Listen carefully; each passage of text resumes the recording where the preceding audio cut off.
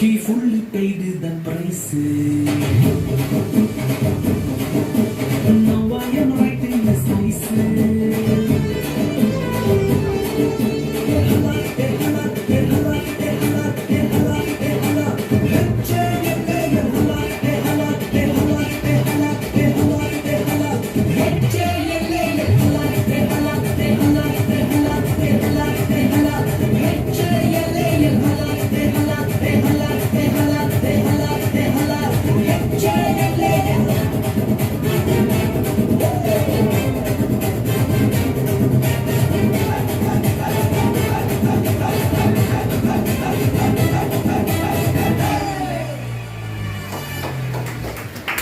ನೃತ್ಯವನ್ನು ಮಾಡಿದ ನಮ್ಮ ಯವನಸ್ಥರಿಗೆ ವಂದನೆಗಳು.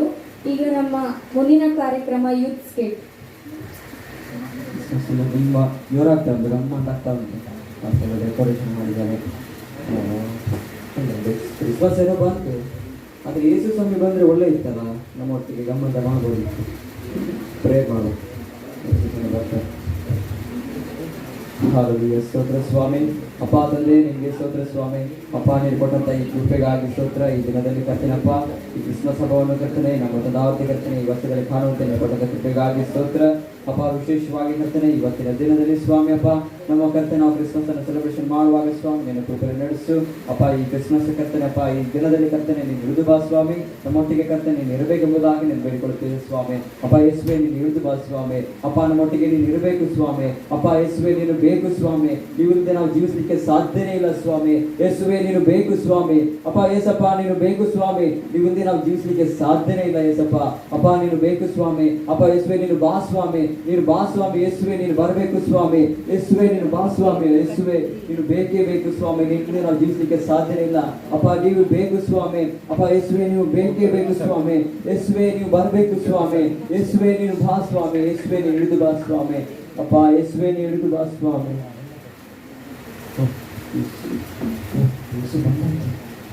ಪ್ರೇ ಮಾಡಿದ್ರೆ ಯೇಸು ಸ್ವಾಮಿ ಬಂದಿದ್ದಾರೆ. ಅದಕ್ಕೆ ನನ್ನ ಪ್ರೇಯರ್ ಕೇಳಿ ಯೇಸು ಸ್ವಾಮಿ ಬಂದಾಯಿತು. ಅದಕ್ಕೆ ಕ್ರಿಸ್ಮಸ್ ರೋಮಾಂಚ ಮಾಡುವ.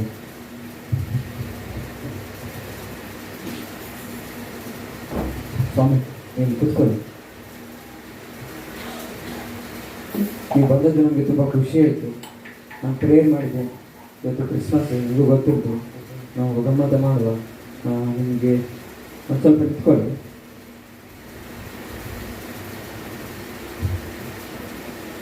ಇಲ್ಲಿ ಬಿರಿಯಾನಿ ಉಂಟು. ಇವತ್ತು ನಾವು ಕ್ರಿಸ್ಮಸ್ಗೆ ಮಾಡಿದ್ದು ಆಂಟಿ ಮಾಡಿದ್ದಾರೆ. ಬಿರಿಯಾನಿ ತಿಂತಾ ಇರಿ ಆಯಿತಾ? ಒಳ್ಳೆ ಉಂಟು, ತಿನ್ನಿ.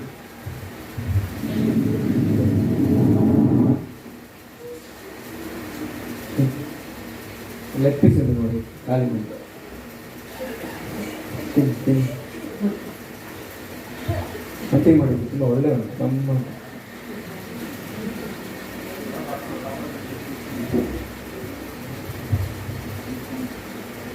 ಫೋನ್ ಬಂತು.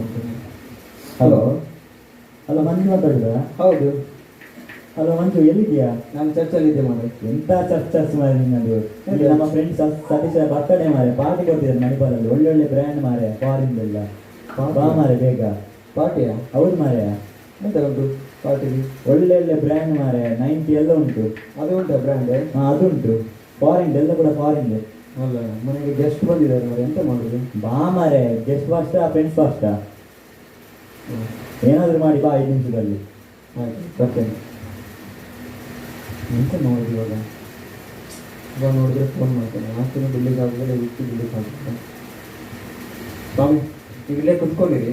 ನಿಮಗೆ ಒಂಚೂರು ಫ್ರೆಂಡು ಮಣಿಪಾಲಲ್ಲಿ ಒಂದು ಫಂಕ್ಷನ್ ಉಂಟು, ನಾನು ಹೋಗ್ಲಿಕ್ಕೆ ಉಂಟು. ನಾನು ಹೋಗಿ ಬರ್ತೇನೆ. ಇಲ್ಲೇ ಇರಿ ಆಯಿತಾ? ನೀವು ಇಲ್ಲಿ ಬರಬೇಡಿ ಆಯಿತಾ? ಇಲ್ಲೇ ಇರಿ.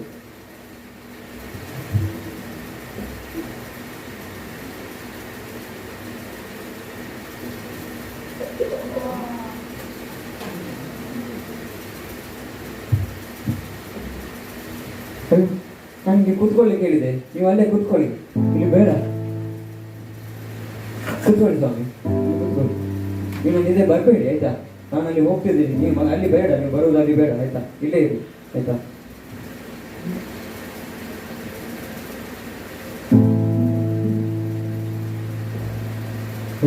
ಮತ್ತೆ ಎದ್ದಾಯ್ತಾ, ಕೂತ್ಕೊಳ್ಳಿ ಸ್ವಾಮಿ, ನೀವು ಕೂತ್ಕೊಳ್ಳಿ. ಅಲ್ಲೇ ನಾನು ಅಲ್ಲಿ ಮಣಿಪಾಲಿ ಹೋಗ್ತಿದ್ದೀನಿ, ನೀವು ಬರುವ ಅವಶ್ಯಕತೆ ಇಲ್ಲ ಅಲ್ಲಿ. ನಾನು ಒಬ್ಬನೇ ಹೋಗಿ ಬರ್ತೇನೆ. ನಾನು ಬರುವಾಗ ಇಲ್ಲೇ ಇರಿ ಆಯ್ತಾ. ಓಕೆ, ಇಲ್ಲೇ ನಾನು ಬೀಗ ಹಾಕಿ ಹೋಗ್ತೀನಿ, ನಿಮ್ಗಿದ್ರೆ ಆಗುದಿಲ್ಲ.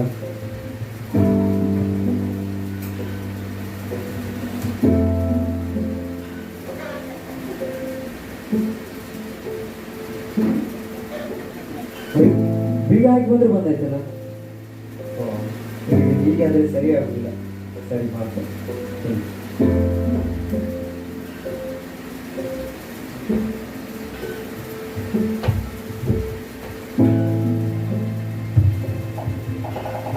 ಇಲ್ಲಿ ಬನ್ನಿ, ಹೀಗಾದ್ರೆ ಸರಿ ಆಗುದಿಲ್ಲ.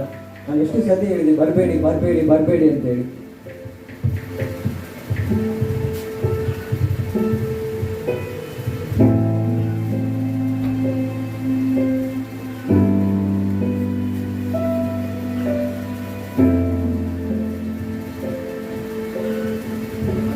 ಇವಾಗ ಸರಿ, ಈಗ ಎಲ್ಲಿ ಬರ್ತೀರಾ ನೋಡು. ಹೋಗಿ ಬರ್ತೇನೆ, ಅಲ್ಲಿವರೆಗೆ ಇಲ್ಲೇ ಇದೆ ಅಂತ.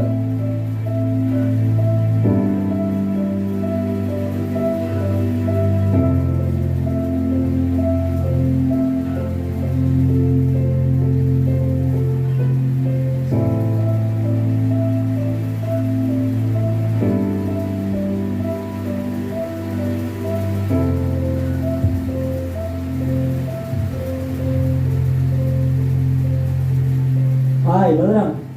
ఏ హాయ్ ఏం చల్లయ్యా? ఏంటో ఏం చల్లయ్యా ఫస్ట్ క్లాస్ ఉందయ్యా. ఓ బోల్తాంత బలందా ప్రేయర్ చర్చలు బరందది ఏనా ప్రేయర్ మారే తుల ఏనా మొబైల్ ఏనా మొబైల్ తుల என்னோட பைபிள் உண்டியா பைபிள் ఏనా ఫోన్ పే ఉండియా என்னோட அம்மேர் உண்டியா ఏనా గూగుల్ పే ఉండియా తులయ్యా என்னோட அப்பே உண்டியா ఏనా కార్ ఫోర్ ఉండియా என்னோட பிரைஸ் த லார்ட் உண்டு ఏమంటావా ఓకేనా పింఛమన్నా తింటాను ಅಣ್ಣ ಆ ಐಫೋನಿಗೆ ಇತ್ತು 1 ಲಕ್ಷನೇ ಸರ್ ಫೋನ್ ಪೇ ಮಾಡ್ತೇವೆ ನೆಟ್ವರ್ಕ್ ಇದ್ದೀನಿ ಸರ್ ಒಂದು ನಿಮಿಷ ಗೂಗಲ್ ಪೇ ನೆಟ್ವರ್ಕ್ ಈಸಿ ಬರ್ತೀನಿ ಅಣ್ಣ ಇಂತ ಕೊಡ್ಪಾರೆ ಅಣ್ಣ ಎಲ್ಲೇ ಕಾಸು ಕೊಡ್ಪೆ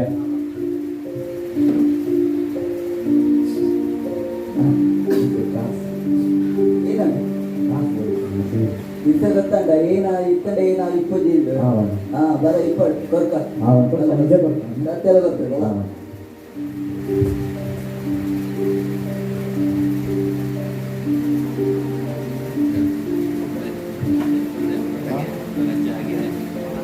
ಅದು ಹಾಗೆ ಯಾರೆಲ್ಲ ಕೊಳ್ತೋಗಿದೆ ಅದು ನೋವುಂಟು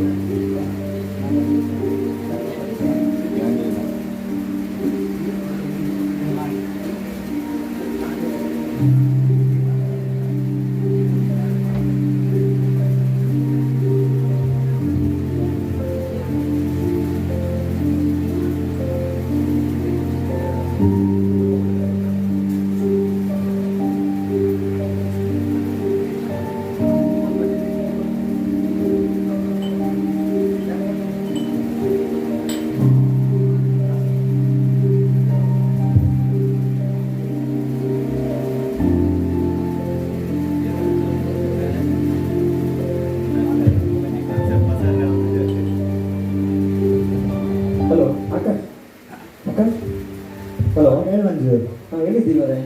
ಇಲ್ಲಿ ಪಾರ್ಟಿ ಮಾಡ್ತಿದ್ದೀನಿ ಮಾರೆ ನಾನು ಎಷ್ಟು ಅಂತ ಕಾಯೋದು ಬಂದೆ ನಮಗೇನಾದ್ರು ಉಂಟಾ? ಉಂಟು ಸ್ವಲ್ಪ ಸೈಡ್ಗೆ ಹೋಗ್ತೀನಿ. ಮಂಜು ಮುಂದೆ ಬಾ ಮಂಜು ಯಾಕೆ ಸೈಡಿಗೆ ಹೋಗಿದ್ಯಾ ಸ್ವಲ್ಪ ಮಂಜು ಸ್ವಲ್ಪ ಹಾಕ್ತೀಯಾ? ಸಾಕು ಜಾಸ್ತಿ ಆಯ್ತು. ಕುಡಿ ಮಂಜು ಕೊಡು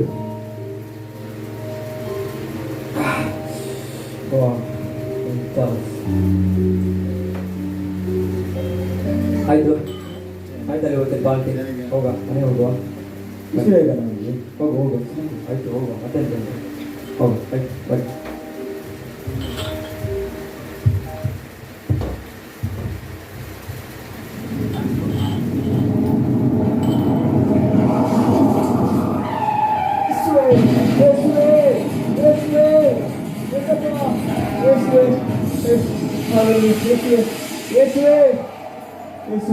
ನನ್ನನ್ನು ಕಾಪಾಡಲಿಕ್ಕೆ ಯಾರು ಇಲ್ವಾ? ಯೇಸುವೆ ಯೇಸುವೆ ಓ ಯೇಸುವೆ ಯೇಸುವೆ ಯೇಸುವೆ ಏಸಪ್ಪ ಏಸಪ್ಪ, ನಾನು ಹೇಗೆ ಬರಲಿಕ್ಕೆ ಸಾಧ್ಯ? ನಾನು ನೋಡಿದರೆ ಮನೆಯಲ್ಲಿ ಯೇಸುವನ್ನು ಶಿಲುಬೆಗೆ ಹಾಕಿ ಬಂದಿದ್ದೇನೆ. ಏಸಪ್ಪ ಯೇಸುವೆ ಯೇಸುವೆ ಯೇಸು ಅಪ್ಪ ಯೇಸುವೆ ಯೇಸು, ನಿಮ್ಮನ್ನು ನಾನು ಶಿಲುಬೆಗೆ ಹಾಕಿ ಬಂದಿದ್ದೆ, ಆದರೂ ನೀವು ಬಂದ್ರಿ. ನನಗೆ ಇಲ್ಲಿ ಸಹಾಯ ಮಾಡಲಿಕ್ಕೆ ಯಾರೂ ಇರಲಿಲ್ಲ. ಏಸಪ್ಪ, ನಾನು ತಪ್ಪಾಗ್ಬಿಟ್ಟೆ, ನನ್ನನ್ನು ಕ್ಷಮಿಸಿ ಏಸಪ್ಪ, ನನಗೆ ಕ್ಷಮಿಸಿಬಿಡಿ ಏಸಪ್ಪ. ನೀವು ನಮ್ಮೊಟ್ಟಿಗೆ ಇರಲೇಬೇಕಿತ್ತು ಸ್ವಾಮಿ, ಆದರೂ ನಾನು ನಿಮ್ಮನ್ನು ನಮ್ಮೊಟ್ಟಿಗೆ ಬಾರ್ಬಾರ್ದು ಅಂತ ಹೇಳಿ ನಿಮ್ಮನ್ನು ಸಿಲುಬೆಗೆ ಹಾಕಿ ಮನೆಯಲ್ಲಿ ಬಂದಿದ್ದೆ. ಅಪ್ಪ ಯೇಸುವೆ, ಯಾವತ್ತಿಗೂ ನಮ್ಮೊಟ್ಟಿಗೆ ಇರಬೇಕು ಏಸಪ್ಪ. ನಿಮ್ಮನ್ನು ಬಿಟ್ಟು ನಾನು ಜೀವಿಸ್ಲಿಕ್ಕೆ ಆಗುದಿಲ್ಲ ಏಸಪ್ಪ. ನಮ್ಮೆಲ್ಲ ಕೆಲಸ ಕಾರ್ಯ ನೀನು ಬೇಕೇ ಏಸಪ್ಪ. ಅಪ್ಪ ಏಸಪ್ಪ, ನೀನು ಬೇಕು ಸ್ವಾಮಿ.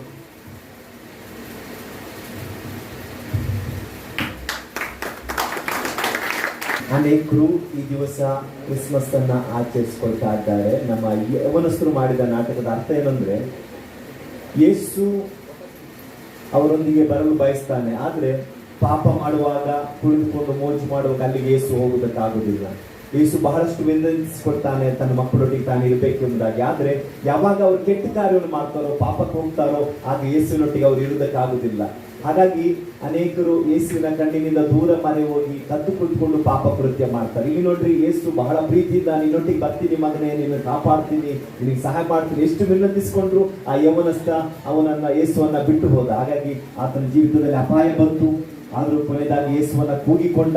ಈ ದಿವಸ ಅನೇಕರು ಯೇಸುವನ್ನ ಬಿಟ್ಟು ಜೀವಿಸುವುದರ ನಿಮಿತ್ತ ಅವರ ಜೀವಿತದಲ್ಲಿ ಬಹಳಷ್ಟು ಅಪಾಯಗಳನ್ನು ಅವರು ಅನುಭವಿಸ್ತಾ ಇದ್ದಾರೆ. ನಾವೆಲ್ಲರೂ ಯೇಸುವಿನೊಟ್ಟಿಗೆ ಇದ್ದೀವಿ, ಒಂದು ಕ್ಷಣವೂ ಯೇಸುವನ್ನ ಬಿಟ್ಟು ಬದುಕುವುದು ಬೇಡ. ಯೇಸುವಿನೊಟ್ಟಿಗೆ ನಾವಿರುವಾಗ ನಮ್ಮೆಲ್ಲ ಜೀವಿತದ ಪ್ರತಿಯೊಂದು ಕಾರ್ಯವನ್ನು ಯೇಸು ನೋಡ್ಕೊಳ್ತಾರೆ. ವಂದನೆಗಳು. ಕೊನೆಯದಾಗಿ ಇನ್ನೊಂದು ಡ್ಯಾನ್ಸ್ ಅನ್ನ ಮಾಡೋದಕ್ಕೋಸ್ಕರ ನಮ್ಮ BPC ತಂಡ ಮುಂದೆ ಬರ್ತದೆ. ಸುಮನ ಡ್ಯಾನ್ಸ್ ಅನ್ನು ನಿಮಗೆ ಪರಿಚಯಿಸ್ತಾರೆ. ಉತ್ತಮವಾದ ಹಾಗೂ ಅರ್ಥಪೂರ್ಣವಾದ ಸ್ಕಿಟ್ ಅನ್ನು ಮಾಡಿದ ನಮ್ಮ BPC ಯವನಸ್ಥರಿಗೆ ವಂದನೆಗಳು. ಈಗ ನಮ್ಮ ಮುಂದಿನ ಕಾರ್ಯಕ್ರಮ ಹಾಗೂ ಕೊನೆಯ ಕಾರ್ಯಕ್ರಮ we wish you merry Christmas ಎಂಬ ಹಾಡಿಗೆ ಬಲರಾಮ್ ಹಾಗೂ ಅವರ ತಂಡದವರು ನೃತ್ಯ ಮಾಡಲಿದ್ದಾರೆ.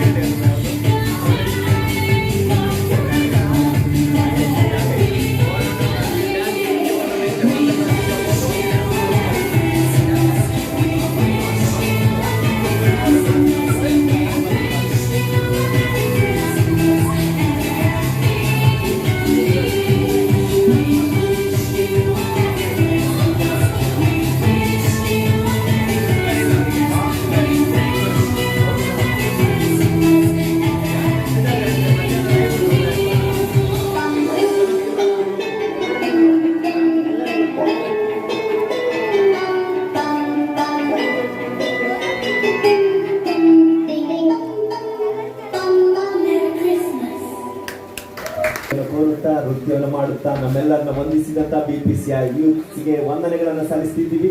ಇನ್ನೊಮ್ಮೆ ಎಲ್ಲ ಹಿರಿಯರಿಗೆ ನಾವು ಹೃದಯದಾಳದ ವಂದನೆಯನ್ನು ಸಲ್ಲಿಸ್ತಾ ಇದ್ದೀವಿ. ಈ ದಿವಸ ಬೆಥೆಲ್ ಪೆಂಟೆಕೋಸ್ಟಲ್ ಸಭೆಯ ಹಿರಿಯ ಸಭಾಪಾಲಕರಾದಂಥ ಪಾಸ್ಟರ್ ಸ್ಟೀಫನ್ ಜಮಖಂಡಿ ಅವರು ಅವರ ಯವನಸ್ಥರೊಂದಿಗೆ ನಿಮ್ಮೊಂದಿಗೆ ಬಂದು ಸಂತೋಷದಿಂದ ಕೆಲವು ನಿಮಿಷ ಕಳೆಯಬೇಕೆಂಬುದಾಗಿ ಸಭಿಕರೊಂದಿಗೆ ಕೂಡಿ ಬಂದಿದ್ದಾರೆ. ಈ ವೇಳೆಯಲ್ಲಿ ನಿಮಗೆ ವಿಶೇಷವಾಗಿ ಇಲ್ಲಿರುವ ಮುಪ್ಪಿನಲ್ಲಿರುವ ನಿಮಗೆ ಬೇಕಾಗಿರುವ ಮುಖ್ಯವಾದ ವಿಚಾರ ಆರೋಗ್ಯ. ನೀವೆಲ್ಲರೂ ಇನ್ನೆಷ್ಟು ವರ್ಷ ಈ ಲೋಕದ ಯಾತ್ರೆಯಲ್ಲಿ ಇರ್ತೀರೋ ಅಷ್ಟು ವರ್ಷ ಯಾವ ನೋವಲ್ಲಿರಬಾರ್ದು, ಆರೋಗ್ಯದಿಂದ ಇರಬೇಕೆಂಬುದಾಗಿ ಬಯಸ್ತಾ ಇದ್ದೀರಿ. ಪಾಸ್ಟರ್ ಸ್ಟೀಫನ್ ಜಮಖಂಡಿ ಅವರು ಮುಂದೆ ಬಂದು ಶುಭದ ಮಾತುಗಳನ್ನ, ವಾಕ್ಯದ ಮಾತುಗಳನ್ನ ನಿಮಗೆ ಹಾಡಿ ಹಾಗೆ ನಿಮ್ಮ ಆರೋಗ್ಯಕ್ಕಾಗಿ ಪ್ರಾರ್ಥಿಸ್ತಾರೆ. ನೀವೆಲ್ಲರೂ ಅದನ್ನೆಲ್ಲ ಬಯಸ್ತಿರುವಂತದ್ದು. ಈ ಪ್ರಾಯದಲ್ಲೂ ಹಿರಿಯರಾದಂತಹ ಸೇವಕರಾದಂತಹ ಫ್ರಾನ್ಸಿಸ್ ಅಂಕಲ್ ಅವರು ನಿಮ್ಮೆಲ್ಲರ ಆರೈಕೆಯನ್ನು ಮಾಡ್ತಿದ್ದಾರೆ. ನಿಮ್ಮ ಪ್ರತಿಯೊಂದು ನೋವಿನಲ್ಲೂ, ರೋಗದಲ್ಲೂ, ನಿಮ್ಮ ಕಷ್ಟದಲ್ಲೂ, ಸಂತೋಷದಲ್ಲೂ ಅವರು ನಿಮಗೆ ತಂದೆ ರೀತಿಯಲ್ಲಿದ್ದಾರೆ. ಈ ವೇಳೆಯಲ್ಲಿ ಈ ಒಂದು ಸೇವೆಗೆ ಆರಂಭದಿಂದಲೂ ಆತ್ಮಿಕ ಸಲಹೆಗಳನ್ನು ಕೊಟ್ಟು ಹಿರಿಯ ಸಭಾಪಾಲಕರು ನಡೆಸ್ತಾ ಇದ್ರು. ಅದಾದ ನಂತರ ಪಾಸ್ಟರ್ ಸ್ಟೀಫನ್ ರವರು ಈ ಸೇವೆಗೆ ಅನೇಕ ಆತ್ಮಿಕ ಸಲಹೆ ಕೊಟ್ಟು ಬೆನ್ನೆಲುಬಾಗಿದ್ದಾರೆ. ಈ ವೇಳೆಯಲ್ಲಿ ನಿಮ್ಮೆಲ್ಲರನ್ನ ಕುರಿತು ಹಿತದ ಆಲೋಚನೆಗಳನ್ನು ಹಂಚಿಕೊಳ್ತಾ ನಿಮ್ಮೆಲ್ಲರಿಗಾಗಿ, ನಿಮ್ಮ ಆರೋಗ್ಯಕ್ಕಾಗಿ, ನಿಮ್ಮ ದೀರ್ಘಾಯುಷ್ಯಕ್ಕಾಗಿ, ನಿಮ್ಮ ಆಶೀರ್ವಾದಕ್ಕಾಗಿ ಪ್ರಾರ್ಥಿಸ್ತಾರೆ. ಹಾಲೆಲೂಯಾ. ಎಲ್ಲ ಸಂತೋಷವಾಗಿದ್ದೀರಾ? ಇವತ್ತಿನ ದಿನದ ಸ್ಪೆಷಲ್ ಏನು? ಕ್ರಿಸ್ಮಸ್. ಇವತ್ತು ಇಡೀ ಪ್ರಪಂಚಾದ್ಯಂತ ಕ್ರಿಸ್ಮಸ್ ಹಬ್ಬವನ್ನು ಆಚರಿಸುವಂಥ ದಿನ ಆಗಿದೆ. ಇದು ಒಂದೇ ಒಂದು ಹಬ್ಬ ಪ್ರಪಂಚದಲ್ಲಿ ಅತಿ ಹೆಚ್ಚು ಜನ ಆಚರಿಸುವಂಥ ಹಬ್ಬ. ತುಂಬ ಹಬ್ಬಗಳಿದೆ ನಮ್ಮ ಈ ಪ್ರಪಂಚದಲ್ಲಿ, ಭೂಮಿಯಲ್ಲಿ. ಆದರೆ ಕ್ರಿಸ್ಮಸ್ ಹಬ್ಬ ಒಂದೇ ಕೋಟಿಗಟ್ಟಲೆ ಜನ ಆಚರಿಸುವಂಥ ಹಬ್ಬ ಮತ್ತು ದೇವರನ್ನು ಪ್ರಾರ್ಥಿಸುವಂಥ ದಿನವಿದಾಗಿರ್ತದೆ. ಇವತ್ತು ನಾವು ಸಭೆಯಾಗಿ ಈ ರೀತಿಯಾಗಿ ಕೆಲವು ವೃದ್ಧಾಶ್ರಮಗಳಿಗೆ ಹೋಗಿ ನಾವು ಜನರನ್ನು, ವಿಶೇಷವಾಗಿ ವೃದ್ಧಾಪ್ಯದಲ್ಲಿರುವಂಥ, ಕಷ್ಟದಲ್ಲಿ, ನೋವಿನಲ್ಲಿರುವಂಥ ಜನರನ್ನು ಹೋಗಿ ಮಾತನಾಡಿಸಿ ಅವರಿಗೆ ಏನಾದರೂ ನಮ್ಮ ಕಡೆಯಿಂದ ಆಗುವಂಥ ಪ್ರೀತಿಯನ್ನು ತೋರಿಸಿ ಬರುವ ಅಂತ ಹೇಳಿ ನಾವು ತೀರ್ಮಾನಿಸಿ ಇವತ್ತು ನಾವು ನಿಮ್ಮ ಬಳಿಗೆ ಬಂದಿದ್ದೇವೆ. ಅದಕ್ಕೋಸ್ಕರ ನಾನು ನಮ್ಮ ಫ್ರಾನ್ಸಿಸ್ ಅಂಕಲ್ ಅವರನ್ನು ನಾನು ಕಾಲ್ ಮಾಡಿ ಕೇಳಿದಾಗ ಅವರು ಸಂತೋಷದಿಂದ ಈ ಸ್ಥಳವನ್ನು ನಮಗೆ ಅನುಗ್ರಹಿಸಿದ್ದಾರೆ. ಬರಲಿಕ್ಕೆ ಅವರು ಒಪ್ಪಿಗೆ ಸೂಚಿಸಿ ಇವತ್ತು ನಾವು ನಿಮ್ಮ ಮಧ್ಯದಲ್ಲಿದ್ದೇವೆ. ಈ ಸಮಯದಲ್ಲಿ ನಾವು ನಮ್ಮ ಸಭೆಯ ಪರವಾಗಿ ಪಾಸ್ಟರ್ ಫ್ರಾನ್ಸಿಸ್ ಕ್ವಾಡ್ರಸ್ ಅವರಿಗೆ ನನ್ನ ಹೃತ್ಪೂರ್ವಕವಾದ ವಂದನೆಯನ್ನು ಸಭೆಯ ಪರವಾಗಿ, ಅವರ ಪ್ರಿಯ ಪತ್ನಿ, ಅವರ ಮಗನಿಗೆ ಮತ್ತು ಎಲ್ಲರಿಗೂ ನಾವು ಸಲ್ಲಿಸುವರಾಗಿದ್ದೇವೆ. ಕರ್ತನು ಒಳ್ಳೆಯವನಾಗಿದ್ದಾನೆ. ಯೇಸು ಸ್ವಾಮಿ ಒಳ್ಳೆಯ ದೇವರು, ಆತನು ಒಳ್ಳೆಯದನ್ನೇ ಮಾಡುವ ದೇವರು. ಯೇಸು ಸ್ವಾಮಿಯ ಹೆಸರಿನ ಅರ್ಥ, ಆತನ ಹೆಸರಿನ ಅರ್ಥವೇ ನಾನು ನಿಮ್ಮನ್ನು ಪಾಪದಿಂದ ಬಿಡಿಸುವವನು ಎಂಬುದಾಗಿ. ನಾನು ನಿಮ್ಮನ್ನು ಪಾಪದಿಂದ ಬಿಡಿಸುವಂತ ದೇವರು. ಐ ಆಮ್ ಯುವರ್ ಸೇವಿಯರ್, ನಾನು ನಿಮ್ಮ ರಕ್ಷಕ ಎಂಬ ಯೇಸುವಿನ ಹೆಸರಿನ ಪದದ ಅರ್ಥವಾಗಿದೆ. ಹಾಗಾಗಿ ನಾವು ಯೇಸು ಸ್ವಾಮಿ ಎಂಬುದಾಗಿ ನಾವು ಕೂಗಿಕೊಳ್ಳುವಾಗ ನಮಗೊಂದು ವಿಷಯ ಗೊತ್ತಿರಬೇಕು. ನಾವು ಕೂಗಿಕೊಳ್ಳುವಂಥದ್ದು ಯೇಸು ಎಂಬುದಾಗಿ ಹೇಳುವಾಗ, ದೇವರೇ ನನಗೆ ರಕ್ಷಣೆಯನ್ನು ಕೊಡು. ಬರೀ ಯೇಸುವಿನ ಹೆಸರಿನ ಅರ್ಥವೇ ಏನು? ದೇವರೇ ನೀನು ನನ್ನ ರಕ್ಷಣೆ, ನನ್ನ ರಕ್ಷಕ ಎಂಬುದಾಗಿ ಒಪ್ಪಿಕೊಳ್ಳುವಂಥದ್ದಾಗಿದೆ. ಬೈಬಲ್ನಲ್ಲಿ ನಾವು ನೋಡುತ್ತೇವೆ, ಇಮ್ಮಾನ್ಯುಯಲ್, ಇವತ್ತಿನ ಈ ಸಂಸ್ಥೆ ಹೆಸರು ಇಮ್ಮಾನ್ಯುಯಲ್. ಅದರ ಅರ್ಥ ಏನು? ಇಮ್ಮಾನ್ಯುಯಲ್ ಅಂತ ಹೇಳಿದ್ರೆ god is with us. God is, ದೇವರು ನಮ್ಮ ಸಂಗಡ ಇದ್ದಾನೆ. ಇಮ್ಮಾನ್ಯುಯಲ್ ಚಾರಿಟೇಬಲ್ ಟ್ರಸ್ಟ್ ಅರ್ಥ ದೇವರು ನಮ್ಮ ಸಂಗಡ ಇದ್ದಾನೆ. ಇವತ್ತು ನಾವು ಕುಳಿತುಕೊಂಡಿದ್ದ ಈ ಸ್ಥಳ ದೇವರು ಇರುವಂತಹ ಸ್ಥಳ. ಬೈಬಲ್ ಹೇಳ್ತದೆ, ಇಬ್ಬರಾಗ್ಲಿ ಮೂವರಾಗ್ಲಿ ನನ್ನ ಹೆಸರಿನಲ್ಲಿ ನೀವೆಲ್ಲಿ ಕೂಡಿ ಬರುತ್ತೀರೋ ಅವರ ಮಧ್ಯದಲ್ಲಿ ನಾನಿದ್ದೇನೆ ಎಂಬುದಾಗಿ. ಇಲ್ಲಿ ವೃದ್ಧಾಪ್ಯದಲ್ಲಿರುವಂತಹ ಪ್ರಿಯ ಹಿರಿಯರೇ, ನೀವು ನಾನಾ ವಿಧವಾದಂತಹ ಕಷ್ಟ, ಕಣ್ಣೀರು, ದುಃಖ, ನೋವು, ಸಮಸ್ಯೆಗಳಲ್ಲಿ ಇವತ್ತಿನವರೆಗೆ ಹಾದು ಹೋಗಿ ಬಂದಿದ್ದೀರಿ. ಆದರೆ ಒಂದು ವಿಶೇಷತೆ ಏನಂತ ಹೇಳಿದ್ರೆ, ನಿಮ್ಮ ಈ ವೃದ್ಧಾಪ್ಯದ ಕಡೆಯ ದಿನಗಳಲ್ಲಿ ನೀವೊಂದು ಒಳ್ಳೆಯ ಸ್ಥಳಕ್ಕೆ ಬಂದಿದ್ದೀರಿ. ಒಳ್ಳೆಯ ಸ್ಥಳಕ್ಕೆ ಬಂದಿದ್ದೀರಿ. ಯಾಕೆಂತೇಳಿದ್ರೆ ಕರ್ತನಾದ ಯೇಸು ಕ್ರಿಸ್ತನನ್ನು ಕಂಡುಕೊಂಡು ಆತನನ್ನು ಸ್ವಂತ ರಕ್ಷಕನಾಗಿ ಸ್ವೀಕರಿಸುವಂತಹ ಅನುಭವಕ್ಕೆ ಇಲ್ಲಿರುವಂತಹ ದೇವರ ಸೇವಕರು ಅವರ ಪ್ರಾರ್ಥನೆ ಮುಖಾಂತರ, ದೇವರ ವಾಕ್ಯದ ಮುಖಾಂತರ ನಿಮಗೆ ತಿಳಿಯಪಡಿಸಿ ನಡೆಸ್ತಾ ಇದ್ದಾರೆ. ನಾವು ಲೋಕವನ್ನೆಲ್ಲ ಸಂಪಾದಿಸಿಕೊಂಡು, ಬೈಬಲ್ ಹೇಳ್ತದೆ, ಇಡೀ ಲೋಕವನ್ನು ಸಂಪಾದಿಸಿಕೊಂಡು, ಅಂದರೆ ಲೋಕದಲ್ಲಿರುವಂತಹ ಎಲ್ಲ ಆಸ್ತಿ, ಐಶ್ವರ್ಯ, ಎಲ್ಲ ಇರುವಂತ ಹಣ, ಒಡವೆಗಳು ಎಲ್ಲ ಸಂಪಾದಿಸಿಕೊಂಡು ಈ ಆತ್ಮ ನಷ್ಟಪಟ್ಟರೆ ಇನ್ನೇನು ಪ್ರಯೋಜನ ಎಂಬುದಾಗಿ ದೇವರು ಕೇಳ್ತಾನೆ. ಯೇಸುಸ್ವಾಮಿ ತನ್ನ ಮಾತಿನಲ್ಲಿ ಮಾತನಾಡುತ್ತಿರುವಾಗ ಕೇಳ್ತಾನೆ, ಈ ಲೋಕವೆಲ್ಲ ನೀವು ಸಂಪಾದಿಸಿಕೊಂಡು ಎಲ್ಲ ಮಕ್ಕಳಿಗೆ ನೀವು ಅಂತಸ್ತುಗಳನ್ನು ಮಾಡಿದ್ದೀರಿ, ಐಶ್ವರ್ಯವನ್ನು ಮಾಡಿಕೊಟ್ಟಿದ್ದೀರಿ, ಏನೇನು ಬೇಕು ಅವರಿಗೆ ಬದುಕಲಿಕ್ಕೆ ಬೇಕಾದಂತ ಎಲ್ಲವನ್ನು ಮಾಡಿಕೊಟ್ಟಿದ್ದೀರಿ, ನೀವು ಮಾಡಿಕೊಂಡಿದ್ದೀರಿ. ಎಲ್ಲವನ್ನು ಮಾಡಿ ನೀವು ನಿಮ್ಮ ಆತ್ಮವನ್ನು ನಷ್ಟಪಡಿಸಿಕೊಂಡರೆ ಇನ್ನೇನು ಪ್ರಯೋಜನ ಎಂಬುದಾಗಿ ಸ್ವಾಮಿ ಕೇಳ್ತಾನೆ. ಆ ಕೇಳುವಂತ ಉದ್ದೇಶ ಏನಂತ ಹೇಳಿದ್ರೆ, ನಾವೆಲ್ಲರೂ ಸಹ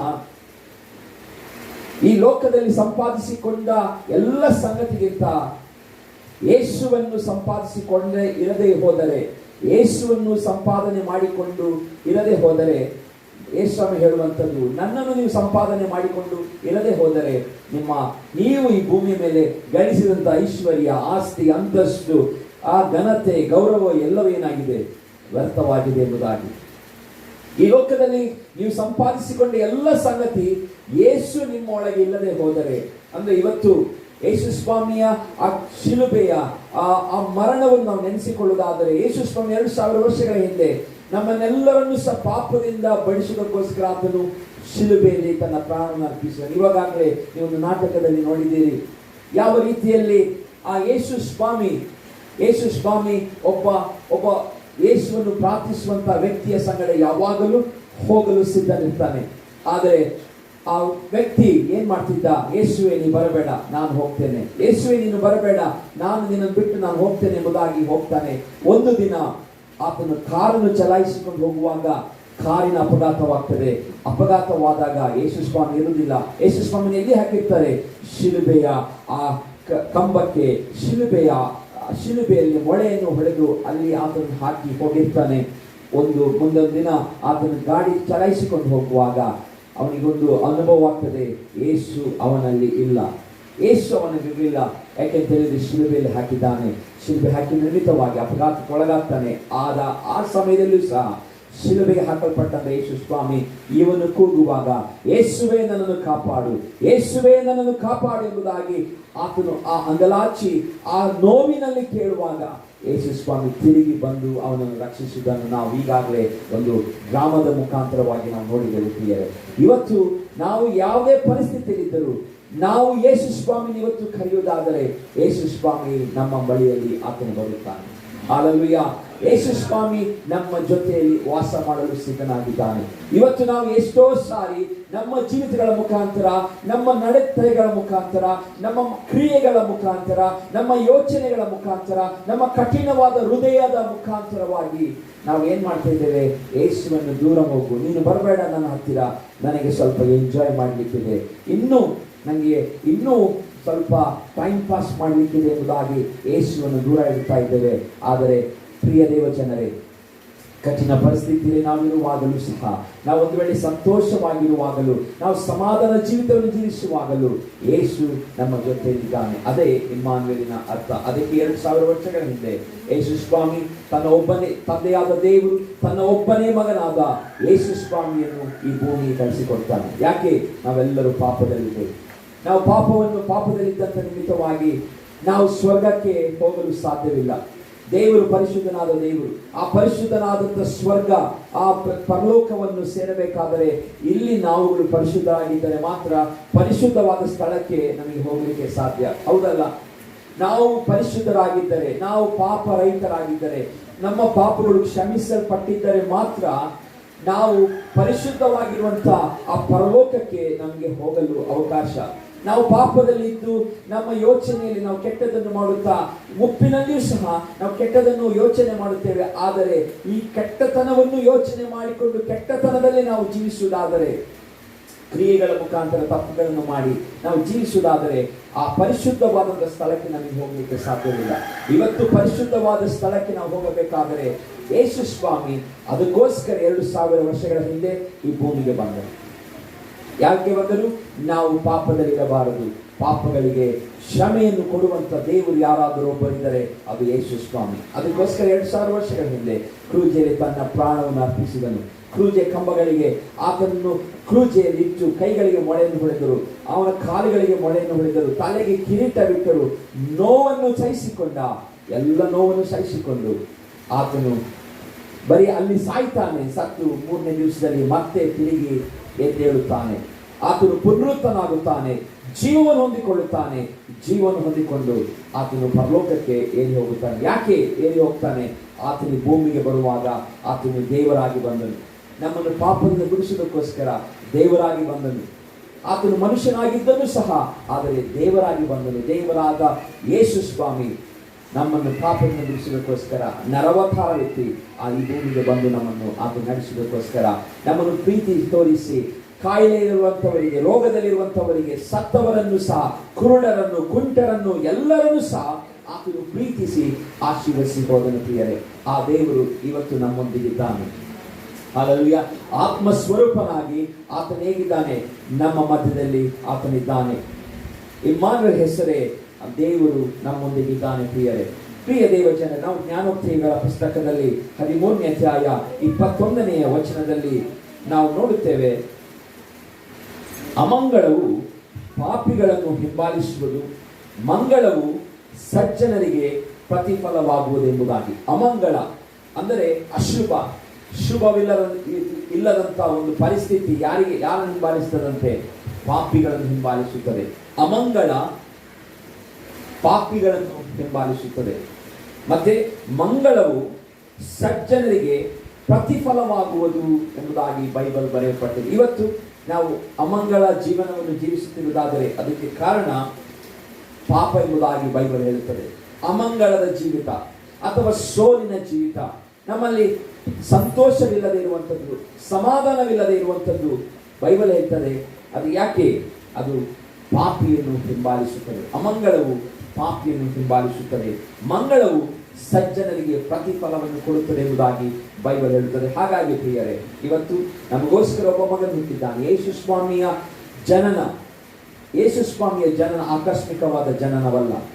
ಯೇಸು ಸ್ವಾಮಿಯ ಜನನ ಏನಲ್ಲ, ಆಕಸ್ಮಿಕವಾಗಿ ಅಲ್ಲ. ಬೈಬಲ್ನಲ್ಲಿ ಹಳೆ ಒಡಂಬಡಿಕೆ ಯೇಸು ಸ್ವಾಮಿಯನ್ನು ಹುಟ್ಟುವುದಕ್ಕಿಂತ ಮುಂಚೆ 600 ವರ್ಷಗಳ ಹಿಂದೆ ಏಷಾಯ ಪ್ರವಾದಿಯಾದಂಥ ಏಷಾಯನು ಅವನು ಅವಾಗಲೇ ಹೇಳಿದ್ದ ಪ್ರವಾದನೆ ಮುಖಾಂತರ ಈ ರೀತಿಯಾಗಿ ಒಬ್ಬ ಮಗನು ಹುಟ್ಟುತ್ತಾನೆ, ಯೇಸು ಎಂಬ ಒಬ್ಬ ರಕ್ಷಕನು ಈ ಭೂಮಿಗೆ, ಇಮ್ಮಾನುವೇಲ್ ಎಂಬ ಒಬ್ಬ ಮಗನು ಹುಟ್ಟುತ್ತಾನೆ ಎಂಬುದಾಗಿ ಏಷಾಯ ಪ್ರವಾದಿಯು 600 ವರ್ಷಗಳ ಹಿಂದೆ ಆತನು ಪ್ರವಾದನೆ ಮಾಡಿದನು. ಬೈಬಲ್ ನಾವು ನೋಡುತ್ತೇವೆ, 300 ಬಾರಿ ಯೇಸುವಿನ ಜನನದ ಬಗ್ಗೆ, ಯೇಸು ಸ್ವಾಮಿ ಒಬ್ಬ ರಕ್ಷಕನು ಈ ಭೂಮಿಗೆ ಬರಲಿಕ್ಕಿದ್ದಾನೆ ಎಂಬುದಾಗಿ 300 ಪ್ರವಾದನೆಗಳು ಬೈಬಲಿನ ಹಳೆ ಒಡಂಬಡಿಕೆಯಲ್ಲಿ ಮಾತ್ರ ಉಲ್ಲೇಖವಾಗಿದೆ. ಹಳೆ ಒಡಂಬಡಿಕೆಯಲ್ಲಿ ಯೇಸು ಸ್ವಾಮಿಯ ಹುಟ್ಟು ದೇವರಾತ್ಮನು ಎಷ್ಟೋ ಬಾರಿ ದೇವಭಕ್ತರಿಗೆ, ಆಗಿನ ಕಾಲದಲ್ಲಿ ವಾಸಿಸುವ ದೇವಭಕ್ತರಿಗೆ ಆತನು ಪ್ರಕಟಿಸುತ್ತಾ, ಪ್ರವಾದಿಗಳ ಮುಖಾಂತರ ಪ್ರಕಟಿಸುತ್ತಾ ಬಂದನು.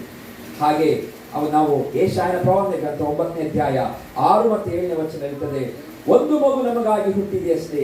ಇದು ಪ್ರವಾದನೆಯ ಮಾತುಗಳು ಹೇಳ್ತಾ ಇರುವಂಥದ್ದು. ಯೆಶಾಯನು, ವರದ ಮಗನು ನಮಗೆ ದೊರೆತನು, ಆಡಳಿತವು ಅವನ ಬಾಹುವಿನ ಮೇಲಿರುವುದು, ಮತ್ತು ಅದ್ಭುತ ಸ್ವರೂಪನು, ಆಲೋಚನಕರ್ತನು, ಪರಾಕ್ರಮಿಯಾದ ದೇವರು, ನಿತ್ಯನಾದ ತಂದೆ, ಸಮಾಧಾನ ಪ್ರಭು ಎಂಬುದು ಅವನ ಹೆಸರು. ಅವನ ಮುಖಾಂತರ ದಾವೀದನ ಸಿಂಹಾಸನದ ಆಡಳಿತವು ಅಭಿವೃದ್ಧಿಯಾಗುವುದು, ದಾವೀದನ ರಾಜ್ಯದಲ್ಲಿ ನಿತ್ಯ ಸಮಾಧಾನವಿರುವುದು. ಆ ರಾಜ್ಯವು ಇಂದಿನಿಂದ ಯಾವಾಗಲೂ ನಿತ್ಯ ನೀತಿ ನ್ಯಾಯಗಳ ಮೂಲಕ ಸ್ಥಾಪಿತವಾಗಿ ಸ್ಥಿರಗೊಳ್ಳುವುದು. ಸೇನಾಧೀಶನ ಯೆಹೋವನ ಅನುಗ್ರಹವು ಇದನ್ನು ನೆರವೇರಿಸುವುದು ಎಂಬುದಾಗಿ ಪ್ರವಾದಿಯಾದಂಥ ಯೆಶಾಯನು 600 ವರ್ಷಗಳ ಮುಂಚೆ ಯೇಸು ಸ್ವಾಮಿಯ ಜನನದ ಬಗ್ಗೆ ಹೇಳುತ್ತಾನೆ.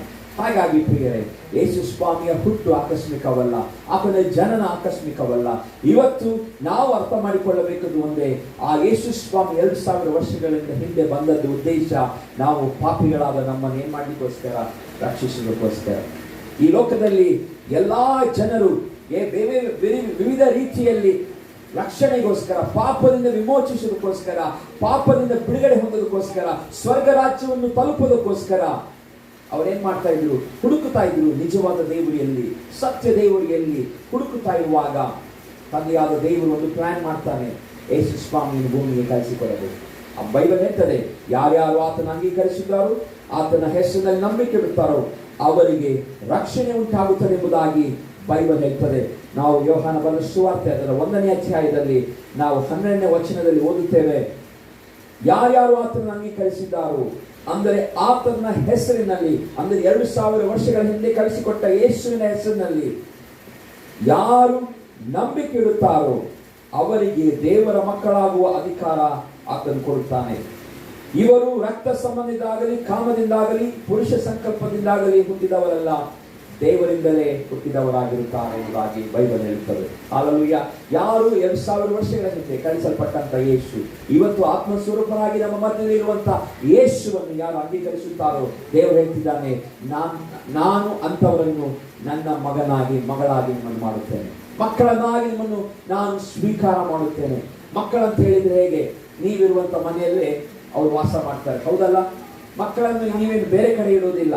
ಮಕ್ಕಳನ್ನು ಎಲ್ಲಿಡ್ತೀರಿ? ನಿಮ್ಮ ಸ್ವಂತ ಮನೆಯಲ್ಲಿ. ಇವತ್ತು ಪರಲೋಕ ದೇವರ ಸ್ವಂತ ಮನೆ. ಮಕ್ಕಳಾದ ನಿಮಿತ್ತವಾಗಿ ದೇವರು ನಮ್ಮನ್ನು ಎಲ್ಲಿಡ್ತಾನೆ? ಆತನಿರುವಂತಹ ಸ್ಥಳದಲ್ಲಿ. ಇವತ್ತು ನಾವು ಮಾಡಬೇಕಾದದ್ದು, ನಾವು ಆತನ ಹೆಸರನ್ನು ಅಂಗೀಕಾರ ಮಾಡಬೇಕು. ಹಾಲೆಲೂಯಾ. ಆತನ ಮರಣ ಪುನರುತ್ಥಾನವನ್ನು ನಾವು ಅಂಗೀಕಾರ ಮಾಡಬೇಕು, ಬಾಯಿಂದ ಅರಿಕೆ ಮಾಡಬೇಕು, ನಂಬಿಕೆಯಿಂದ ಅದನ್ನು ಸ್ವೀಕರಿಸಬೇಕು. ಸ್ವೀಕರಿಸಿದವರಿಗೆ ದೇವರಾತ್ಮನು ನಮ್ಮನ್ನು ಏನ್ ಮಾಡ್ತಾನೆ? ತನ್ನ ಮಕ್ಕಳನ್ನಾಗಿ ಮಾಡುವಂತ ಸ್ಥಿತಿಗೆ ನಡೆಸ್ತಾನೆ. ಸ್ವರ್ಗ ನಾವು ಈ ಭೂಮಿ ಮೇಲೆ ಬದುಕುವಂಥದ್ದು ಒಂದೇ ಒಂದು ಕಾರಣಕ್ಕೆ. ನಾವು ಈ ಭೂಮಿ ಮೇಲೆ ಬದುಕಿ ಹಾಳಾಗೋದಕ್ಕೋಸ್ಕರ ಅಲ್ಲ. ನಾವು ಸತ್ತು ಸಮಾಧಿ ಸೇರುತ್ತೇವೆ, ಆದರೆ ಬೈಬಲ್ ಹೇಳ್ತದೆ ಮರಣಾನಂತರದ ಜೀವನವಿದೆ ಎಂಬುದಾಗಿ. ಮರಣಾನಂತರ ಇದು ನಮ್ಮದೊಂದು ತಾತ್ಕಾಲಿಕ. ಬೈಬಲ್ ಹೇಳ್ತದೆ ಇದೊಂದು ಪ್ರವಾಸದ ಸ್ಥಳ. ಪ್ರವಾಸದ ಸ್ಥಳದಲ್ಲಿ ನಾವಿದ್ದೇವೆ. ನಾವು ಒಂದು ಕಡೆ ಪಿಕ್ನಿಕ್ಕಿಗೆ ಹೋದಾಗ ಹೇಗೆ ನಾವೊಂದು ಪಿಕ್ನಿಕ್ಕಿಗೆ ನಾವು ನಮ್ಮ ಮನೆಯನ್ನು ಬಿಟ್ಟು ಹೋಗಿರ್ತೇವೆ. ಮನೆಯನ್ನು ಬಿಟ್ಟು ಪಿಕ್ನಿಕ್ಕಿಗೆ ಹೋದಾಗ ನಾವು ತುಂಬಾ ದಿವಸ ಅಲ್ಲಿರ್ತೇವೆ. ಪಿಕ್ನಿಕ್ಕಿಗೆ ಹೋದಾಗ ಒಂದು 2-3 ದಿವಸ, 1 ವಾರ, ಹೆಚ್ಚಾಗಿ 1 ವಾರ, 10 ದಿವಸ ನಾವು ಪಿಕ್ನಿಕ್ಕಿಗೆ ಹೋಗಿ ಸಮಯವನ್ನು ಕಳೆದು ಬರ್ಬೋದು. ಅದೇ ರೀತಿ ಮತ್ತೆ ನಾವು ತಿರುಗಿ ಹೇಗೆ ನಮ್ಮ ಸ್ವಂತ ಮನೆಗೆ ವಾಪಸ್ ಬರುತ್ತೇವೋ ಅದೇ ರೀತಿ ಭೂಮಿ ಮನುಷ್ಯರಿಗೆ ದೇವರು ಕೊಟ್ಟಂತ ಒಂದು ಪ್ರವಾಸದ ಸ್ಥಳವಾಗಿದೆ. ಏನಾಗಿದೆ? ಪ್ರವಾಸದ ಸ್ಥಳವಿದಾಗಿದೆ. ಈ ಸ್ಥಳ ಪ್ರವಾಸದ ಸ್ಥಳ. ಹಾಗಾಗಿ ನಾವು ಗೊತ್ತಿರಬೇಕು, ನಾವು ಪ್ರವಾಸದ ಸ್ಥಳದಲ್ಲಿ ದೇವರಿಗೋಸ್ಕರ ಬದುಕಬೇಕು. ಇಲ್ಲಿ ನಾವು ಆಯ್ಕೆ ಮಾಡಿಕೊಳ್ಳಬೇಕು. ನಾವು ಸ್ವರ್ಗಕ್ಕೆ ಹೋಗಬೇಕಾ, ನರಕಕ್ಕೆ ಹೋಗಬೇಕೆಂಬ 2 ಸ್ಥಳವನ್ನು ಆಯ್ಕೆ ಮಾಡಿಕೊಳ್ಳುವಂತ ಡಿಸಿಷನ್ ಅನ್ನು ಮಾಡಲಿಕ್ಕೆ ದೇವರು ನಮಗೇನ್ ಮಾಡಿದ್ದಾನೆ? ಬಿಟ್ಟಿದ್ದಾನೆ. ಆಯ್ಕೆ ಮಾಡುವ ಸ್ವಾತಂತ್ರ್ಯವನ್ನು ದೇವರು ನಮಗೆ ಬಿಟ್ಟಿದ್ದಾನೆ. ಇವತ್ತು ನೀವು ಸ್ವರ್ಗವನ್ನು ಆಯ್ಕೆ ಮಾಡಿಕೊಂಡ್ರೆ ನೀವು ಯೇಸುವಿನ ಹಿಂಬಾಲಕರಾಗಿ ನೀವು ಜೀವಿಸಬೇಕಾಗುತ್ತದೆ. ನರಕವನ್ನು ಆಯ್ಕೆ ಮಾಡಿಕೊಳ್ಳಬೇಕಾದ್ರೆ ನೀವು ಪಾಪದಲ್ಲೇ ಜೀವಿಸಿದ ಸಾಕು. ನೀವು ಆಯ್ಕೆ ಮಾಡಿಕೊಳ್ಳುವಂತ ಯಾವ ನೆಸೆಸಿಟಿ ಇಲ್ಲ. ಆಟೋಮೆಟಿಕ್ ಆಗಿ ನೀವೇನಾಗ್ತೀರಿ? ಆಟೋಮೆಟಿಕ್ ಆಗಿ ನೀವು ಎಲ್ಲಿಗೆ ಹೋಗ್ತೀರಿ? ನರಕಕ್ಕೆ ಹೋಗುವರಾಗಿದ್ದೀರಿ. ಹಾಗಾಗಿ ಪ್ರಿಯ ದೇವ ಜನರೇ, ನಮ್ಮ ಜೀವಿತಗಳಲ್ಲಿ ನಾವು ಯೇಸುವಿಗಾಗಿ ಜೀವಿಸುವಾಗ, ಯೇಸುವಿಗೆ ನಮ್ಮ ಹೃದಯಗಳನ್ನು ಸಮರ್ಪಿಸಿ ಯೇಸುವಿಗಾಗಿ ಜೀವಿಸುವಾಗ ಯೇಸು ನಮ್ಮನ್ನು ಸ್ವರ್ಗಕ್ಕೆ ನಡೆಸುವನಾಗಿದ್ದಾನೆ. ಹಾಲೆಲೂಯಾ. ಯೇಸು ನಮ್ಮನ್ನು ಸ್ವರ್ಗಕ್ಕೆ ನಡೆಸುವನಾಗಿದ್ದಾನೆ. ಹಾಗಾಗಿ ನಾವು ಕರ್ತನಿಗೋಸ್ಕರ ನಾವು ಜೀವಿಸೋಣ. ಕರ್ತನ ನಾಮದ ಮಹಿಮೆಗೋಸ್ಕರ ನಾವು ಜೀವಿಸೋಣ. ಆತನಿಗೋಸ್ಕರ ಜೀವಿಸುವಾಗ ನಾವು ಮಹಿಮೆಯ ಪದವಿ ಪರಲೋಕವನ್ನು ನಾವು ಕಾಣುವಂತೆ ದೇವರು ಸಹಾಯ ಮಾಡುತ್ತಾನೆ. ಕ್ರಿಸ್ಮಸ್ಸಿನ ಒಂದೇ ಒಂದು ಸಂದೇಶ. ಕ್ರಿಸ್ಮಸ್ಸಿನ ಸಂದೇಶವೇನು? ಯೇಸು ಸ್ವಾಮಿ ನಮಗೋಸ್ಕರ ಹುಟ್ಟಿದ್ದು, ನಮ್ಮೆಲ್ಲರನ್ನು ಪಾಪದಿಂದ ಬಿಡಿಸೋದಕ್ಕೋಸ್ಕರ 2000 ವರ್ಷಗಳ ಹಿಂದೆ ಆತನ ಈ ಭೂಮಿಗೆ ಬಂದನು. ಹಾಲೆಲೂಯಾ. ಹಾಗಾಗಿ ಅದನ್ನು ನೆನಪಿಸಿಕೊಂಡು ನಾವು ಜೀವಿಸೋಣ. ದೇವರ ವಾಕ್ಯಗಳ ಮುಖಾಂತರ ನಮ್ಮನ್ನು ಆಶೀರ್ವದಿಸಲಿ. ಯೇಸುವನ್ನು ಪ್ರಾರ್ಥಿಸಿ ಅವರು ಇರುತ್ತಾರೋ ಅವರಿಗೆ ನೀವು ವಾಕ್ಯ ಹೇಳುತ್ತದೆ ಅವರು ಸ್ವರ್ಗಕ್ಕೆ ಬಾಧ್ಯಸ್ಥರೆಂಬುದಾಗಿ. ಈ ಸಮಯದಲ್ಲಿ ಅಪ್ಪ ಯಾರ್ಯಾರು ನಿನ್ನ ಕಂಡುಕೊಳ್ಳಲಿ ಅವರು ನಿನ್ನ ಕಂಡುಕೊಳ್ಳಲಿ. ವಿಶೇಷವಾಗಿ ಈ ಕ್ರಿಸ್ಮಸ್ ದಿನದಂದು ಸ್ವಾಮಿ ನಾವು ಅಪ್ಪ ಈ ಇಮ್ಯಾನ್ಯುಯಲ್ ಚಾರಿಟೇಬಲ್ ಟ್ರಸ್ಟಿನ ಸ್ವಾಮಿ ಇಲ್ಲಿರುವಂತ ಎಲ್ಲ ವೃದ್ಧರನ್ನು ನಾವು ನೋಡುವಂತೆ ಅವರಿರುವಂತ ಈ ಸ್ಥಳದಲ್ಲಿ ನಾವು ಸಣ್ಣ ಕಾರ್ಯಕ್ರಮವನ್ನು ಕೊಡುವಂತೆ ಸಭೆಯಾಗಿ ನಮಗೆ ಸಹಾಯ ಮಾಡಿದಕ್ಕಾಗಿ ಸ್ತೋತ್ರ. ಇಲ್ಲಿರುವಂತ ಎಲ್ಲ ವೃದ್ಧರನ್ನು ಸ್ವಾಮಿ ಅಪ್ಪ ಪ್ರಾಯಸ್ಥರನ್ನು ನಿನ್ನ ಕೈ ಒಪ್ಪಿಸಿಕೊಡುತ್ತೇನೆ. ಅವರ ಸ್ಥಿತಿಗತಿಗಳು ನಿನಗೆ ಗೊತ್ತಿದೆ. ನಿನ್ನ ವಾಕ್ಯದಲ್ಲಿ ಓದುತ್ತೇವೆ 70 ವರ್ಷ ಬಲ ಹೆಚ್ಚಿದರೆ 80 ಕಷ್ಟ ಸಂಕಟಗಳ ಜೀವನದ ಆಡಂಬರ ಎಂಬುದಾಗಿ. ಅಪ್ಪ ಅವರು ಕಡೆಯ ದಿನಗಳಲ್ಲಿ ಸ್ವಾಮಿ ಇದ್ದಾರೆ. ಅವರ ಕಷ್ಟ ಸಂಕಟಗಳನ್ನು ಹಾದು ಹೋಗಿದ್ದಾರೆ. ಅಪ್ಪ ಈ ದಿನಮಾನಗಳಲ್ಲಿ ಸ್ವಾಮಿ ಯೇಸುವನ್ನು ಸ್ವಂತ ರಕ್ಷಕನಾಗಿ ಸ್ವೀಕರಿಸಿ ಈ ಲೋಕದ ಯಾತ್ರೆಯನ್ನು ಮುಗಿಸುವಾಗ ಅಪ್ಪ ನೀನು ಸ್ವಾಮಿ ಸಂತೋಷ ಪಡುವ ದೇವರಾಗಿದ್ದೆ. ಅಪ್ಪ ನಿನ್ನ ಮಕ್ಕಳಲ್ಲಿರುವಂತಹ ಎಲ್ಲ ಕಷ್ಟ ಕಣ್ಣೀರು ನೋವನ್ನು ಸ್ವಾಮಿ ನೀ ನೀಗಿಸಿ ನಡೆಸಿ ಆಶೀರ್ವಾದ ಜೀವಿತವನ್ನು ಕೊಡು. ಇಲ್ಲಿ ಸೇರಿರುವಂತಹ ಎಲ್ಲರನ್ನು ಆಶೀರ್ವದಿಸು. ವಿಶೇಷವಾಗಿ ವೃದ್ಧರನ್ನು ಸ್ವಾಮಿ, ಅವರ ಬಿಟ್ಟು ಬಂದಂತ ಮಕ್ಕಳನ್ನು ಅಪ್ಪ, ಅವರ ಕುಟುಂಬಸ್ಥರನ್ನು, ಮೊಮ್ಮಕ್ಕಳನ್ನು ಎಲ್ಲರನ್ನು ನೀನು ಆಶೀರ್ವದಿಸುವುದಾಗಿ ಪ್ರಾರ್ಥಿಸ್ತೇನೆ. ಅವರು ಯಾವ ಕಾರಣದಿಂದ ಇದ್ದಾರೋ ನಮಗೆ ಗೊತ್ತಿಲ್ಲ ಸ್ವಾಮಿ, ಆದರೆ ನೀನು ಸಮಾಧಾನ ಕೊಡುವ ದೇವರು. ನಿನ್ನ ಸಮಾಧಾನ ಶಾಂತಿಯನ್ನು ಅನುಗ್ರಹಿಸಿ ನಡೆಸುವುದಾಗಿ ನಾವು ಪ್ರಾರ್ಥಿಸುತ್ತೇವೆ. ಅಪ್ಪ, ಅಮಂಗಳವು ಪಾಪಿಗಳನ್ನು ಹಿಂಬಾಲಿಸುವುದು, ಆ ಪಾಪಿಗಳು ಸ್ವಾಮಿ ಅಮಂಗಳದ ಮುಖಾಂತರವಾಗಿ ಅವರು ಸ್ವಾಮಿ ಯಾತನೆ ಅನುಭವಿಸುವರು ಎಂಬುದಾಗಿ ನಾವು ವಾಕ್ಯದಲ್ಲಿ ಓದುತ್ತೇವೆ. ಅಪ್ಪ, ಯಾರಾದರೂ ಇನ್ನೂ ಪಾಪದಲ್ಲಿದ್ದರೆ ಪಶ್ಚಾತ್ತಾಪ ಪಟ್ಟು ನಿನ್ನ ಮುಂದೆ ತಪ್ಪುಗಳನ್ನು ಅರಿಕೆ ಮಾಡಿ ಕ್ಷಮೆಯನ್ನು ಕೇಳಿ ನಿನ್ನ ರಾಜ್ಯವನ್ನು ಸೇರುವಂತೆ ನಮಗೆ ಸಹಾಯವನ್ನು ಮಾಡು. ಈ ಸಮಯದಲ್ಲಿ ಅಪ್ಪ, ಫ್ರಾನ್ಸಿಸ್ ಅಂಕಲಿಗಾಗಿ ಸ್ತೋತ್ರ, ಅವರ ಪ್ರಿಯ ಪತ್ನಿ ಮಗನಿಗಾಗಿ ಸ್ತೋತ್ರ, ಇಲ್ಲಿರುವಂತ ಎಲ್ಲ ಸ್ಟಾಫ್ ಗಳಿಗಾಗಿ ಸ್ತೋತ್ರ. ಅಪ್ಪ, ನಿನ್ನ ಮಕ್ಕಳಾದ ನಾವು ತಂದೆ ಮಗ ಪರಿಶುದ್ಧಾತ್ಮನ ಹೆಸರಿನಲ್ಲಿ ಈ ನಿನ್ನ ಪ್ರಿಯ ದಾಸ ದಾಸಿಯ ಕುಟುಂಬವನ್ನು ಇಲ್ಲಿ ಕೆಲಸ ಮಾಡುವ ಪ್ರತಿಯೊಬ್ಬರನ್ನು ಆಶೀರ್ವದಿಸುವರಾಗಿದ್ದೇವೆ. ನಿನ್ನ ವಿಶೇಷವಾದ ಕೃಪೆ, ಬಲ, ನಿನ್ನ ತಾಳ್ಮೆ ಓ ಸ್ವಾಮಿ, ಇನ್ನೂ ಸ್ವಾಮಿ ಸೇವೆಯ ಭಾರವನ್ನು ಅವರಿಗೆ ಕೊಟ್ಟು ನೀನು ಆಶೀರ್ವದಿಸುವುದಾಗಿ ಪ್ರಾರ್ಥಿಸುತ್ತೇವೆ. ಅಪ್ಪ, ಇನ್ನು ಮುಂದಿನ ದಿನಗಳಲ್ಲಿ ಹೆಚ್ಚಾಗಿ ಸ್ವಾಮಿ ಇನ್ನು ನಿನ್ನ ಸೇವೆಯನ್ನು ಮಾಡುವಂತೆ ಈಗಾಗಲೇ ಎಷ್ಟೋ ಜನರು ಸ್ವಾಮಿ ನಿನ್ನನ್ನು ರಕ್ಷಕನಾಗಿ ಸೇವಿಸಿಕೊಂಡು ನಿನ್ನ ರಕ್ಷಣೆಯನ್ನು ಅನುಭವ ಮಾಡಿಕೊಂಡು ಅಪ್ಪ ಈ ಲೋಕದ ಯಾತ್ರೆಯನ್ನು ಮುಗಿಸಿದ್ದಾರೆ ಸ್ವಾಮಿ. ಪರಲೋಕವು ಈ ಸೇವೆ ಮುಖಾಂತರ ಸಂತೋಷ ಪಟ್ಟಿರುವುದಕ್ಕಾಗಿ ಸ್ತೋತ್ರ. ಮುಂದಿನ ದಿನಗಳಲ್ಲಿ ಅದ್ಭುತವಾದ ಕಾರ್ಯಗಳನ್ನು ಮಾಡು. ಹಾಗೂ ಇವರಿಗೆ ಬೇಕಾದಂತ ಆರ್ಥಿಕ ಸಹಾಯ ಪರಲೋಕದಿಂದ ಅನುಗ್ರಹಿಸಿ ಎಂಬುದಾಗಿ ನಾವು ಪ್ರಾರ್ಥಿಸ್ತೇವೆ. ಬೇಕಾದಂತ ಓ ಸ್ವಾಮಿ ಹಾಲೆಲೂಯ ನಿನ್ನ ಜ್ಞಾನವನ್ನು ಅನುಗ್ರಹಿಸು ಅಪ್ಪ. ಎಲ್ಲ ರೀತಿಯ ಸ್ವಾಮಿ ಓ ಹಾಲೆಲೂಯ ಕೊರತೆಗಳನ್ನು ನೀಗಿಸಿ ಓ ನಿನ್ನ ಪ್ರಭಾವದ ಐಶ್ವರ್ಯ ತಕ್ಕ ಹಾಗೆ ನಿನ್ನ ಮಕ್ಕಳನ್ನು ಅಭಿವೃದ್ಧಿಗೊಳಿಸಿ ಸ್ಥಿರಪಡಿಸಿ ಎಂಬುದಾಗಿ ಪ್ರಾರ್ಥಿಸುತ್ತೇವೆ ಸ್ವಾಮಿ. ನಿನ್ನ ಮಕ್ಕಳಿಗೆ ಒಳ್ಳೆ ಆರೋಗ್ಯವನ್ನು ಕೊಟ್ಟು ನಡೆಸು. ಈ ಸ್ವಾಮಿ ಸಭೆ ಇಲ್ಲಿ ನಡೆಯುವಂತ ಸೇವೆಗಾಗಿ ಸ್ತೋತ್ರ, ಸಭೆಗಾಗಿ ಸ್ತೋತ್ರ. ಸಭೆಯನ್ನು ಇನ್ನೂ 100ರಷ್ಟು 1000 ಪಟ್ಟು ಸ್ವಾಮಿ ಹೆಚ್ಚಿಸಬೇಕಾಗಿ ಬೇಡಿಕೊಳ್ಳುತ್ತೇನೆ. ಆರಂಭವು ಅಲ್ಪವಾದರೂ ಅಂತ್ಯವು ಸಂಪೂರ್ಣವು ಎಂಬುದಾಗಿ ನಿನ್ನ ವಾಕ್ಯದಲ್ಲಿ ವಾಗ್ದಾನವಿದೆ ಸ್ವಾಮಿ. ಆ ವಾಗ್ದಾನದಂತೆ ಇವರ ಅಂತ್ಯವು ಸಂಪೂರ್ಣವಾಗುವಂತೆ ನಿನ್ನ ನಾಮದಲ್ಲಿ ನಾವು ಪ್ರಾರ್ಥಿಸಿ ಆಶೀರ್ವದಿಸುವರಾಗಿದ್ದೇವೆ. ನಿನಗೆ ಮಹಿಮೆ ಸಲ್ಲಿಸುತ್ತೇವೆ. ಪ್ರಾರ್ಥನೆ ಕೇಳಲಿಕ್ಕಾಗಿ ನಿನಗೆ ಸ್ತೋತ್ರ. ನಜರೇತಿನ ಯೇಸುವಿನ ನಾಮದಲ್ಲಿ ಬೇಡಿದ್ದೇವೆ ತಂದೆಯೇ, ಆಮೆನ್. ನಮ್ಮ ಕರ್ತನಾದ ಯೇಸು ಕ್ರಿಸ್ತನ ಕೃಪೆಯು, ತಂದೆಯಾದ ದೇವರ ಪ್ರೀತಿ, ಪರಿಶುದ್ಧಾತ್ಮನಂತೆ ಸೇರಿ ಬಂದ ನಮ್ಮೆಲ್ಲರೊಂದಿಗೂ ಹಾಗೂ ವಿಶೇಷವಾಗಿ ಇಮ್ಯಾನ್ಯುಯಲ್ ಚಾರಿಟೇಬಲ್ ಟ್ರಸ್ಟ್ನ ಎಲ್ಲ ಸದಸ್ಯರೊಂದಿಗೂ ಈಗಲೂ ಸದಾ ಕಾಲವಿರಲಿ. ಆಮೆನ್. ಹಲ್ಲೆಲೂಯಾ. ಎಲ್ಲರಿಗೂ ಕ್ರಿಸ್ಮಸ್ ಹಬ್ಬದ ಶುಭಾಶಯಗಳು. God bless you all.